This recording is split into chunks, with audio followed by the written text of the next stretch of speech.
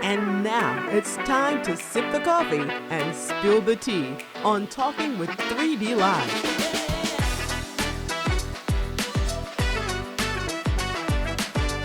Here's your host, Derrick Dixon.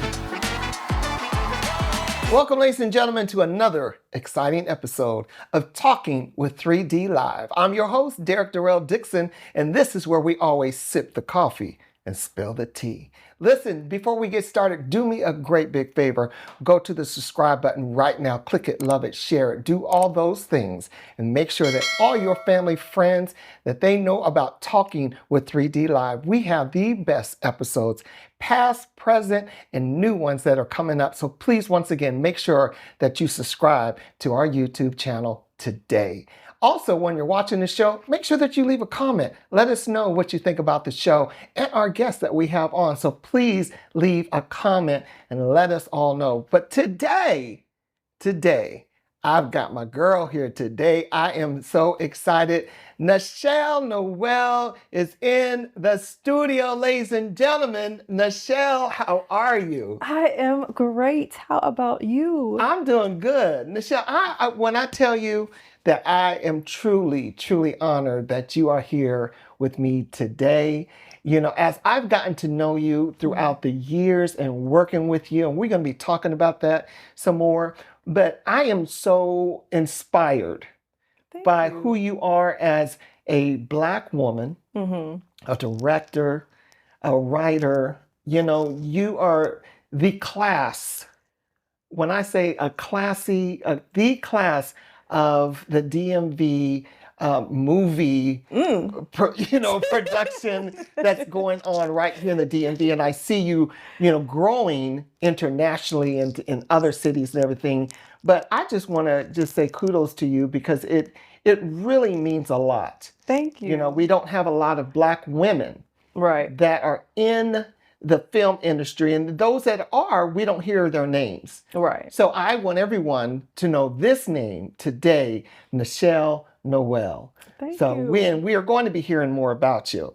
And I want to tell my audience just a little bit more about you. She's a director, writer, producer, and actress. Noelle got her start in the film industry in 2019. She worked her way from humble beginnings of volunteering in local public access TV shows in Virginia to launch her very own film and television production company, XO Films, in 2022. She is most known for her guest directing, writing Risky Business, the series, writing and acting in Check Please, also the executive producer of The Penthouse. Her first feature film under XO Films as a writer, director, executive producer, Freak Like Me, becoming a 22-time international award-winning film. Ladies and gentlemen, we have no more time to speak to Noelle after that introduction. That definitely sounded really famous. Yeah. I love it. But yes, we got plenty of time to talk to you. Listen, Noelle, again, director, writer, producer, but there's some other things, Noelle, that you do as well, even within your own production company. You do a lot of behind scenes. Yes. You will work the cameras. That's true. You'll do wardrobe. You'll do makeup. Yeah. You do your set designs. Yeah. Well, you do a lot behind the scenes, and a lot of people don't realize that when you work and you come to work, you come to work. Absolutely. And that's always how I've been. Where did you get that work ethics from? So I think from my parents, one thing that they've always taught me was to be the most skilled in every room you go into. So it's harder for people to replace you. So when I first started off in the business as just volunteer work, I wanted to learn everybody's position on set. So that way, if anybody was starting to do some firing, I was one of the last to leave. Right. I like that. No, no different areas and study them. Right. Because the fact that you just never know, like, okay, well, we're not going to need you in this position. I said, okay, well, I'm qualified to work over here now. Right. So I can do that too. Right, exactly. So So what was it like growing up for you, Neshell? What did you, how did you get involved as far as into film? So film was always something I wanted to do ever since I was a kid. And I never actually had the direct approach like a lot of people. Some people will go to film school, Mhm. or, I mean, I did theater and stuff in high school, but, even that wasn't really a direct approach to film. Actually, kind of, I would say, God-given opportunity out of the clear blue sky to be an extra on someone's short film. And from there, I was given opportunities to go on from that. To go on from that. Yeah. And as you grew Mhm. into working in film, like you was the guest directing and writer, Risky Business, the Right. series. Yes. What is that like also writing for someone else? Writing for someone else is a challenge, but I like a welcome challenge, Yeah. because I know how I like to write and what the type of things I like to write about. But like for Risky Business, it was Alvin Gray, that's his series for Mhm. 910 Productions, and he hit me up and was like, "Oh yeah, I kind of want the scene to go like this, this, and this," and then he gives you just little bullet points, and then you Right. can go on from there. And it was fun just trying to developing ideas based off of just a summary, and going on from there. So I like writing for other people, but obviously I prefer to write for myself. To write for yourself. Yeah. Then you did Check Please. Yes. Now that was fun because it was a comedy, and people kind of see me more on the more serious side. Right. So when I wrote a comedy, it was nice to actually show people I have range with writing too. Okay. Yeah. Let's talk a little bit about your directing skills, and then I'm going to get into your feature film. Okay. So I worked with Neshell on her set. So my ensemble today is based off a character that I played in your feature film. Yes. I played Mr. Gouvier. Yes. And Mr. Gouvier was kind of flamboyant, kind of messy type character. Yeah, But, very petty. Mhm. Very petty. Mhm. And A scene stealer. he that's what I kind of do when I get asked to be in different films. But so I kind of did a little Mr. Gouvier to match your vibe too. Yes, and I love it. Because your vibe is off the chain. Thank you. I love your vibe. What I always say when I always watch you on Instagram, Mhm. and just watching you, showing you what restaurant you're at, or what food you're at, or what food you're eating. Uh-huh. It was so like sensual, but it was just like, where is she? And I want to get that. And it seems Right. so expensive. And Right. so I love the way that you present yourself. Thank you. It's always of class. It's always of class. Thank you. I appreciate that. Today's episode of Talking with 3D Live is brought to you by iRose Films. iRose Films photo booth will capture every special event, from birthday parties, weddings, baby showers. They also specialize in 360 booths, also videography. So please make sure that anytime that you have a special event, contact iRose Films, irosefilms.com. Directing style. Mm-hmm. You Even know. though I will say the disclaimer, it's not my full directing style, because I was going through, I was in a mourning period Okay. while we were filming. So I'll take everything you're about to say. But to be fair, it's not quite the normal The normal. style. But Go working ahead. with Neshell, working with you, Uh-huh. it was, we would be on set and do our scene, Mhm. and Neshell would say, okay, cut, and we would go to the next scene, and you're like, do I need to do it again? Was I okay? Did she like it? Does she not like me? Because it was my first time actually working with you and really knowing you. Right. So I never, like, I wanted to hear the feedback. But again, I was like afraid to walk up to you and be like, is it okay? Because you're so about business. Yes. Yes. You are truly about business and staying focused, staying on time. And you know that you have this time frame that we have to work within. Right. You stay within that. Yes. That's definitely me. So I'm going to let you now tell you your true directing style.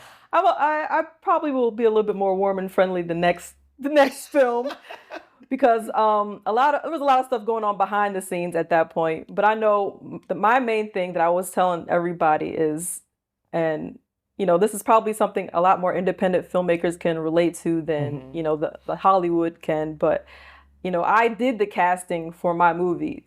So in the casting, I made sure I picked people exactly what I needed. So by the time we get to filming, I don't have to really coach anyone. Okay. So that's how I casted. I didn't want to cast somebody who I saw as good actor, but something else. I wanted somebody who played the part that you read for. Right. So that way I wouldn't have to do all the extra teaching and coaching and all that. Right. So by the time it came to set, majority of the time y'all had already delivered it the same way y'all auditioned it. Okay. So there was no need for me to do extras. Now there was some extras, but you just weren't on set for that. Okay. So if anything, you were a professional. Well, thank you. I appreciate that. I loved my audition even with you. Yes. When I came into audition and you was like, give me this, give me that, try this, do this for me. And and you did tell me, I don't know who else got told this, but I got told this. So I'm going to say, so you did tell me right there and then, I like you, you got it. Yes. Yeah. And that's not the norm. You might have been the only one I actually said that to. There was one other person, my lead actress. I knew she had the part before she even showed up. I saw her headshot and I was like, that's her. That's her. I'm sold. Tell me about it and tell people about that, because a lot of people, want to say, how do you just see somebody and know that's the person, and they truly are the person when they come in? Right. I'm definitely a cerebral person. I like to think of things in my head way before it happens. So when I was picturing how I wanted certain characters to look, she ended up looking like the person I ended up envisioning in my head. So I don't know if I'm just good at, foretelling the future or what, but she gave that energy and that vibe that I was looking for. She gave the energy, she gave the vibe, the voice, the mannerisms, everything. It just seemed like everything that she was looking for, she gave you. Exactly. And I still will say that I've been in it a little while now, but I haven't met any other actors that I felt like, oh, it would have made more sense with her. Right. She still feels perfect for that role. Yeah. So if you don't know, we're talking about the feature film, Noelle's first feature film, Neshell Noelle's first feature film, Freak Like Me. So explain to everybody the title, Freak Like Me. Because you hear Freak Like Me, you're like, what's this? What's this a little bit? What's this going to be about? Right. And that's honestly why I picked that name, because I wanted it to be one of those names where if you're scrolling, trying to find something to watch, how are you not going to stop and read what Freak Like Me looks like? Right. Especially the cover is like two people getting married, but then it's like in a park and everything, the sky is red and it looks kind of dark. Like you have to want to know what the movie's about. Right. So I picked something that I know people would actually stop and be like, all right, let me see what this is about. And then I feel like when you watch the movie, you'll understand exactly how it earns its title, but it's still not what you expect. Right. So your movie has been awarded so many different times. Yes. Your first feature film, 22 times international award-winning film.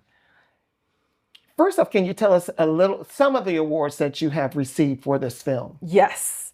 So I'm going to say it again. I am very proud of everyone who was a part of this film, because I know for the most part, I think 95% of the people, cast and crew, this was their first feature film, period.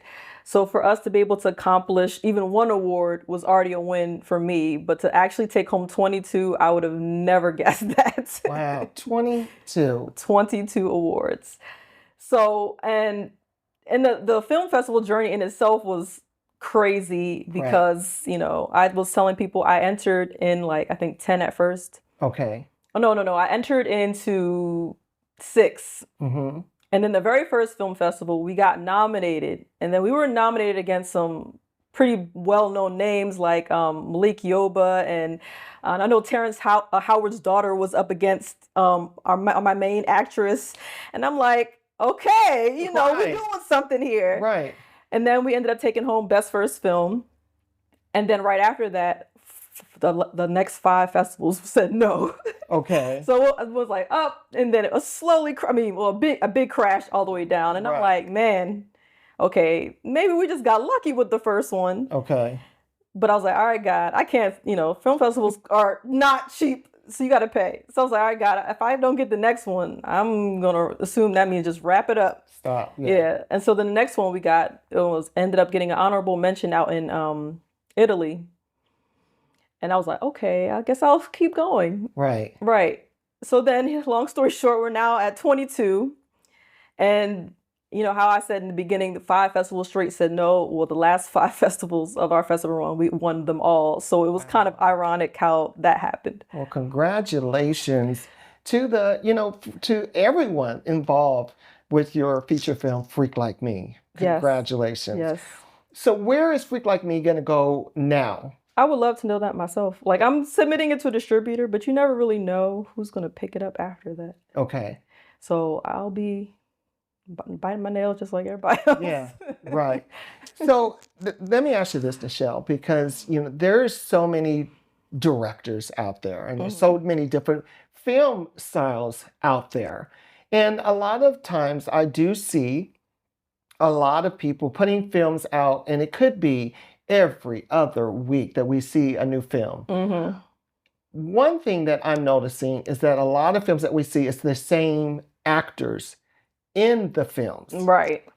So really, if you got the same actors in the film, to me, all you did was just change the title. Right. Because it's the same people over and over and over again. How do we get away from that? Because I know we have some great actors here in the DMV. We've got great actors that even will come in to the DMV to be a part of, you yourself. You had people coming in from Philadelphia to be a part of your film. So I feel that we have to be able to give, we get cliche-ish. We become cliquish, and these are the only people that can be in our films. How do we learn to stray away from that? Honestly, I'm going to say that I wouldn't encourage or discourage anybody from casting how they want to cast. If you want your movie to look like the same movie over and over again, so be it. Yeah. Because I understand loyalty, and you might want to keep putting your favorite people on. I think Adam Sandler cast all his same people over and over again, and it actually works for him. Right. So I don't want to discourage people, but if you're only doing it out of fear because you don't want to add new people, then yeah, I would try to break out of that and actually hold casting and not just, point at, their closest friend and be like, come on and do this part. Yeah. But yeah, I would definitely say it's based on personal preference. Personal preference. A lot of people say, oh, he mad because we didn't put him in our movie. It's not that. So please do not think that, we are trying to pick out a certain person or certain group of people. And it's not that at all. It's just that the fact that a lot of times when we do see movies and it's the same person, it's like, okay, we want to see something new and we want to see something fresh because we want to win. Right. And we want to see everybody win. Right. So I think that that's a big, it's a big thing here. I believe here in the DMV a lot of times is that we see the same, and even in stage plays, we'll see the same actors all the time, and we want to see something new. Right. Because if I'm paying my money to keep coming and coming, and I'm just seeing the same people, well, then pretty soon your supporters are going to die off because it's the same supporters. You want new people to come, and see your craft and see what you do. Right. No, I completely agree. I will always be doing new castings for every movie. You might see a friend or two make it, but they won't be the friend or two that was in the last movie. It'll be a friend or two that hasn't been seen yet. But for me, I like to have fresh faces because I feel like when you have faces you always see, it's take away from the story. Yeah. Like the realism behind it you don't feel as much of it when that's, the homie from up the street. Right. That's how I feel. Right. So, Neshell, when you are directing a movie, and what is the biggest thing that you're looking for from your actors, from the scene, the vibe? What is the biggest thing that you look for? The biggest thing that I look for? I don't know. Now I've never actually had to think about that. I know the biggest thing that I can think of, at least right now, is just energy. How well can I get along with you, and how long can you get along with everybody else on set? Right. Because sometimes people can get along with the directors and the writer and the producer, but then they won't get along with everybody else because they think they're beneath them. And I'm always one of those people who will treat everybody, no matter what position you play, the same. The Because same. one minute you might, the catering and the craft services might be your director next year, and Right. you was playing. That's right. That's right. So yeah. Let me ask you this, because we do see a lot of animosity within the movie business, the entertainment business, and thank God we don't see a lot of that here in the DMV, because we all do know each other. Yeah. It's all a tight knit group. Yeah. But what tell me about that when we are up against each other, and we feel like this person got to say this about me, this person over here saying this about me, instead of us working together. Well, I feel like no matter where you work, there's always going to be somebody who's hating, and there's always going to be somebody talking some stuff. So I don't pay it no mind. Yeah. Because a lot of the time, the people who are doing the most hating are doing the least amount of work. So I don't really pay any attention to that. Yeah. And I'll just be out the way. And be out the way. I know that's right. I'll be running the race against myself. Oh, okay. But that's good, because the fact that you are one of those people where, your focus is what I'm doing and why I'm doing it. Right. Can I say that? Absolutely. Absolutely. So where you have also, you're working on, your executive producer and visionary of your podcast show, The Penthouse. Yes. Tell me about The Penthouse. So The Penthouse is one of those things, once again, where God just kind of has a weird way of working things. And I had told myself 2 years ago, I think, that I wanted to do a podcast, and I wanted to do a comedy podcast, but things didn't line up to where it could make sense and for me to happen. And then fast forward a year later, it low-key fell into my lap because the Penthouse was under a whole different name and under a whole different production company. Okay. And they wanted to, change things up a bit. They liked the XO style. So they was like, all right, let's try it on your production team. So we did that. And, it grew from there. And I honestly was laughing because I wasn't looking for it, but God ended up giving me one at that point. So what's the premises of The Penthouse? It's a comedy talk show, kind of like this, but then they'll be sliding in some random jokes and, jabs. And Tia and Montrell, who are the hosts, they are low-key comedians. So they'll have you laughing and they'll ask you something crazy. And then who knows what might pop out behind you. Or I'll all of a sudden see someone pop out from somewhere and then just walk in between on porch and then go right back. Yeah, we don't know how she keeps getting in, but she just shows up and, takes anything that she likes, takes it with her and leaves. And then, sometimes we have to have Montrell carted off in a wheelchair because, he's kind of old and decrepit. So you're always going to get some information, but then some laughs with it. Right. Yeah. So what made you come up with those two as the co-host of The Penthouse? So that was also inherited. So they came as a package deal when I got the show, and I just was like, all right, let's take what you already have and let's build upon it and make it pop even more and make it a name brand in the DMV. And even though we only did one season so far, we've had a long list of people trying to be on the show. Right. So I think we accomplished what we wanted to do. How do you keep because this is a hard job. Yes. It really is a hard job because you do have to be creative and you do have to have creative guests and an exciting guests and everything. How do you keep the style of The Penthouse going? How do you make sure that it works? I make sure it works because, as a leader, you have to make sure everybody else is good so the show can be good. So I'm mental health checking, creatively checking on things, making sure everything's in place financially, even down to the editing phase, making sure the editing is done. Like doing this type of show, which is why I have to give my hats off to you. This type of format is a lot of work. Yeah, it is. Because at least when you do a movie, it's a lot of weeks. Moving parts. Yeah, it's a lot of moving parts, but at one point you're officially done. Yeah.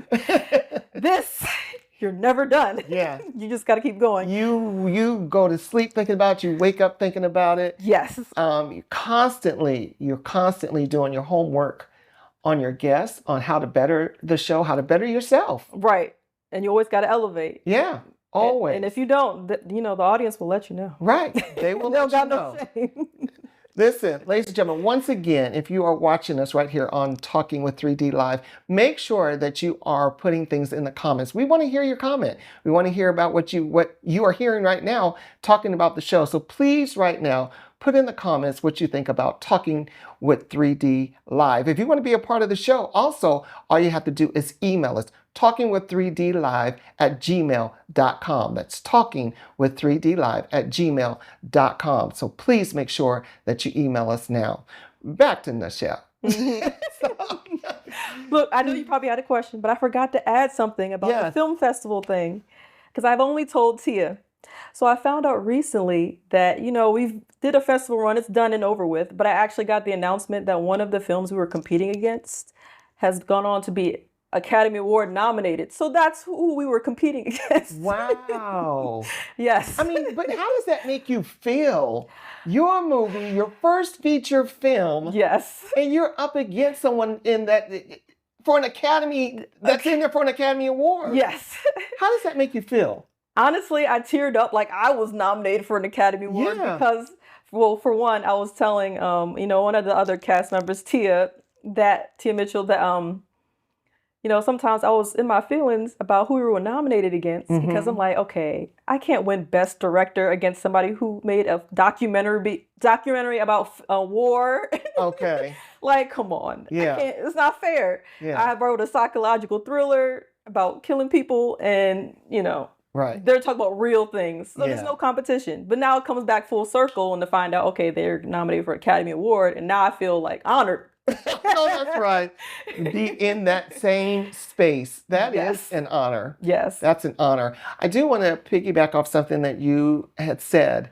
And, our mental health check. Yes. Because a lot of times we do forget about us, Neshell.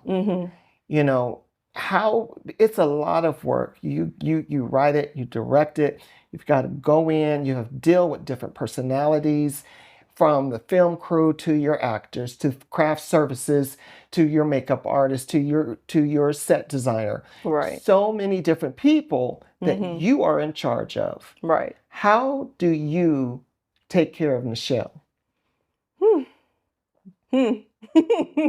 Well, my best method so far has been when I need to have that space to decompress, I don't answer phones, I don't answer texts, I just have me, myself and I, and relax and just have me time. Yeah. Because I'm, and I'm okay with it, but I'm usually the strong friend. And it's really rare where strong friends have another strong friend. Right. They get to rely on. So it's kind of like the strong friend always got to rely on themselves. And then obviously leading a company, you got to make sure everybody else has. It's good. Yeah.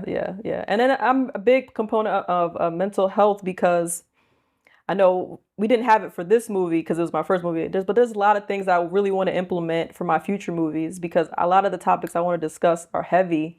And I would love to have like mental health, therapists on set to help with the cast and crew. Okay.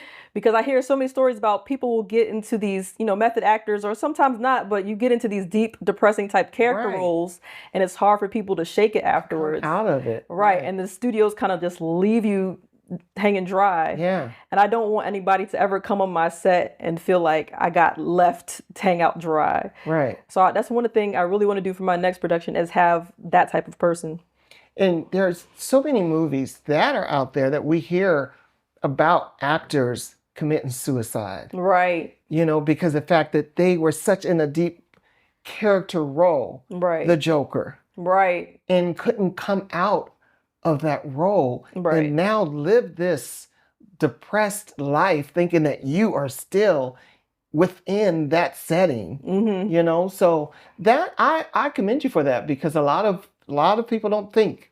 Right. They may need this after, especially being in like a dark movie. Let's say, what was that movie where the girl was possessed and way back when. Oh, The Exorcist. Exorcist. Yes. I would think everybody on that set would need a psychiatrist after that. Right. I needed a psychiatrist after seeing it. Right. Right. You know, I needed therapy after seeing Exorcist, because for a good whole month, I looked around like, Lord, what's going to happen? Exactly. So I could imagine being on a set like that and having to be possessed by a devil. Right. You know? Right. And not being to come back to your reality. Right. Exactly. Neshell, Freak Like Me is, like you said, it's a thriller type movie. And I'm going to put you in the hot seat today. Uh-oh. Dun, Okay. dun, dun. That's my sound effects. Oh, man. So I have 4 questions, and I'm going to start out with, we have hot, hottest, hotter, and boiling. Okay. So we'll start with question number 1, which is just the hot question. Okay. How much of the movie Freak Like Me was based on true events? Let's see. Think it's probably 60%. 60%. And can you give us a little bit of some of the 60%? You don't give us all, but I can look. I always do a quick disclaimer and tell you which part isn't the 60%. Okay. The scene you were in is not part of the 60%. Okay. And you'll have to see the movie to understand that part. And you'll know exactly which scene you're talking about. The main character is based off of me. Okay. So it's a more dramatized version of me. I'm not that soft. But in the beginning, when I was first starting off, people was definitely playing me like they was playing her. Wow. And she was going through some things. So this is more of your dating days. Yes. Okay. Yes. Your courting, dating days. Okay. All right. So we're going to hotter. Okay. If you had to do it all over again, what would you change in your life? In my entire life? Oh, my Lord. What would I change? I would save some more money. Save some more money? Yeah. To do what? I mean, You know, sometimes you just spend money on things you shouldn't be spending money on. And you ever think back and be like, after you bought something, like, man, I didn't even really need that. I wish I had that money back. Yeah. That's the main thing I could think of. Okay.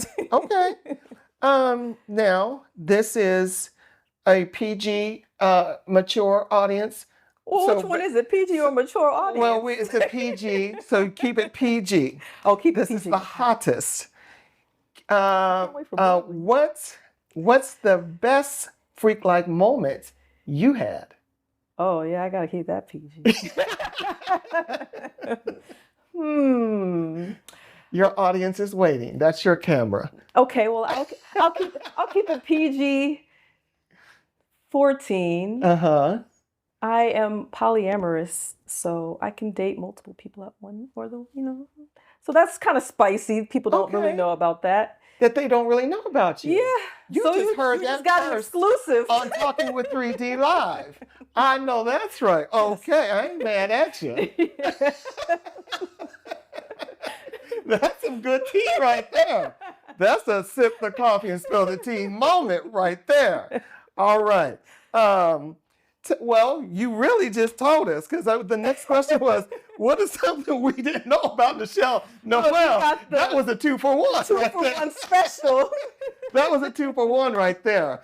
Neshell, again, congratulations. Thank you. On everything that you are doing. Thank you. I know that you are a secretive type person. You like to bring things out as they are happening. Do you have another movie in the mix? Yes, I do. It's another horror thriller type thing with Freak Like Me.